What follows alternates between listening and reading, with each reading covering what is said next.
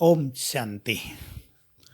हमारी राजयोग की तपस्या, ये राजयोग एक अग्नि भी है जिसमें हमारे जन्म जन्म के सभी विकर्म जलकर नष्ट हो जाते हैं। जब विकर्मों का बोझ हटने लगता है तो हमें बहुत हल्कापन फील होता है। जैसे किसी के ऊपर बहुत कर्ज और वो खत्म हो रहा हो तो कैसे हल्कापन हो जाएगा। दूसरा, खुशी का पारा निरंतर चढ़ता जाएगा, खुशी नेचुरल रूप लेती जाएगी। तीसरा, हमारे संस्कारों में परिवर्तन होता जाएगा, संस्कार सॉफ्ट एंड स्वीट सुखदाई होते जाएंगे। ये तीनों चीजें पैमाना है इस बात का कि हमारे विकर्म जलकर नष्ट हो रहे हैं।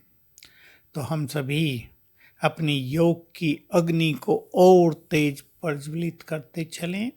योग में बहुत शक्ति है। ये भारत का प्राचीन राजयोग फेमस है। हम जानते हैं इसी से भारत स्वर्ग बनता है। पतित से पावन, बैगर से प्रिंस, कंगाल से सिरताज भरपूर बन जाता है हमारा देश। जब इस देश के थोड़े ही लोग, 9-10 लाख लोग ही राजयोग की गहन तपस्या करने लगते हैं तो उसके वाइब्रेशन से हमारा देश महान तीर्थ भी बन जाता है।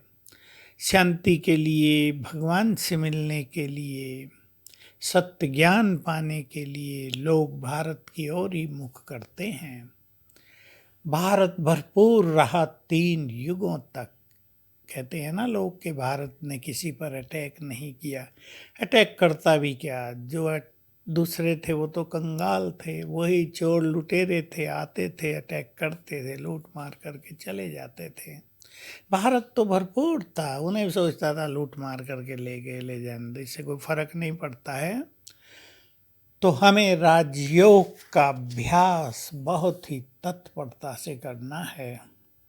तो चीज़ों पर आज हम आपका ध्यान दिला रहे हैं।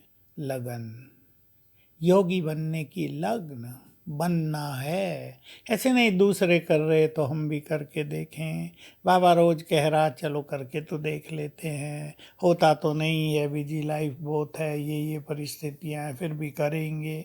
इससे काम नहीं चलता। ऐसा सोचने वाले योगी नहीं बन पाते हैं। योगी वही बनते हैं जो केवल ये सोचते हैं मुझे योगी बनना है, मुझे इतना महान अभ्यास करना है, ऐसी श्रेष्ठ तपस्या करनी है। ऐसी आत्माओं को जिनकी लगन तेज होती है, विघ्न रोक नहीं पाते, बल्कि विघ्न उनकी अग्नि को और प्रज्वलित कर देते हैं। एक बात यह है। दूसरी इम्पोर्टेंट बात है प्यार होना। और प्यार 3 आधार से होता है अपने परमपिता से। जितने हम शरीरी होते जाते हैं उतना ही ऑटोमेटिकली प्यार बढ़ता जाता है। जितना हमारा उनसे संबंध गहरा होता जाता है, संबंधों में प्यार होता है ना, गहरा संबंध, प्यार भरा संबंध, अपनेपन का संबंध, एक दूसरे के लिए बहुत कुछ करना होता है उस संबंध में। तो जब हम करते हैं तो उस प्यार बहुत हो जाता है। और तीसरा होता है उससे हमें क्या क्या सुख मिल गया, कितनी प्राप्तियां हो गई, वो कितना गुणवान है, क्या क्या कर रहा है हमारे लिए, क्या क्या कर देता है हमारे लिए, वो क्या लेकर आया है हमारे लिए, उसकी वर्तमान की प्राप्तियां और भविष्य की भी सारी प्राप्तियां। जब बाबा कहते हैं बच्चे मैं तुम्हारे लिए हथेली पर स्वर्ग लाया हूँ, मैंने तुम्हारे लिए स्वर्ग का उद्घाटन कर दिया है, तो कितनी बड़ी चीज होती है।